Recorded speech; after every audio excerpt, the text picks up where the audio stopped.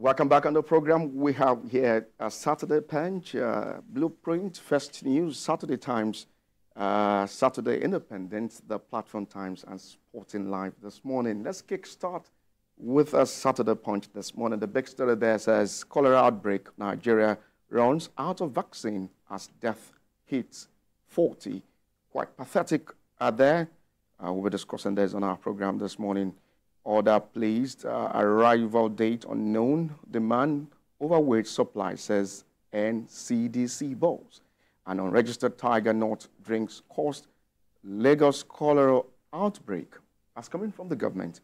Very interesting one there. But it's quite interesting that we allow Nigerians, also Lagosians, to ensure proper hygiene is their watchword at this time. On the masthead, we have why police didn't evict Bayero from Nasara Palace. That's coming from the CP. And operators run a blind eye as random men camp underage girls in hotels. And sex important for happy home. Yetunde Bakari there talking. I don't know. All right. More stories there on the front page of the Punch. Allow me over to you. Let's see. And on the Blueprint weekend, the expert advised panicky citizens as cholera cases surge. The writer there says the federal government state should speak to issues about water, sanitation, hygiene. Kano Royal Rumble, lawyers, activists hail court ruling, say judgment victory for justice, truth, and the Kano people. Edo Ondo polls are there to law on equal access to public facilities for campaigns, INEC tells governors. Binance executive on lawful trial has access to quality medical care. The federal government is saying that. Courtesy of court judgment confirms Emir Sanusi sacking. Why we ignored the governor's directive on Evict Bayero eviction, according to the police. Stories making the front page of Blueprint. All right, let's move on to first news this morning. The big story there, escalating standoff. Sanusi remains Emir, Evict Bayero. Kano government, they are talking, and we cannot replies police there.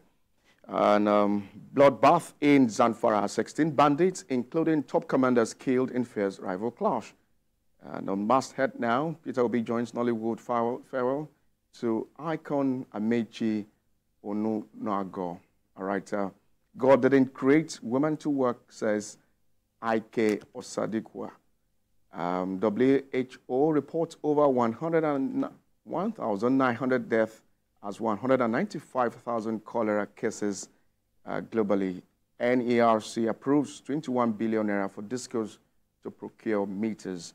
All of the stories on the front page of First News this morning. On the Saturday Times, the big story here says the NLC TUC threatened to reclaim local government offices from police. Wike accused of plotting emergency rule in states. That's on the Rivers State crisis. Man bags life imprisonment for raping 15-year-old in Ekiti. Sad one there. The federal government approves 21 billion naira for purchase of electricity meters. Edo Ondo elections, INEC warns parties against violating campaign rules.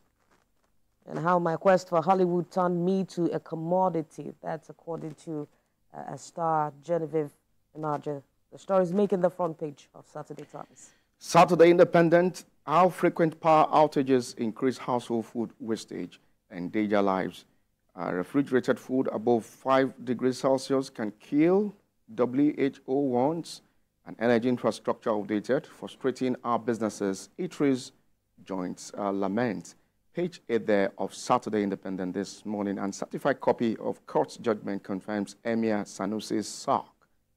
INEC urges fair access to public facilities for campaigns in Edo, Ondo State.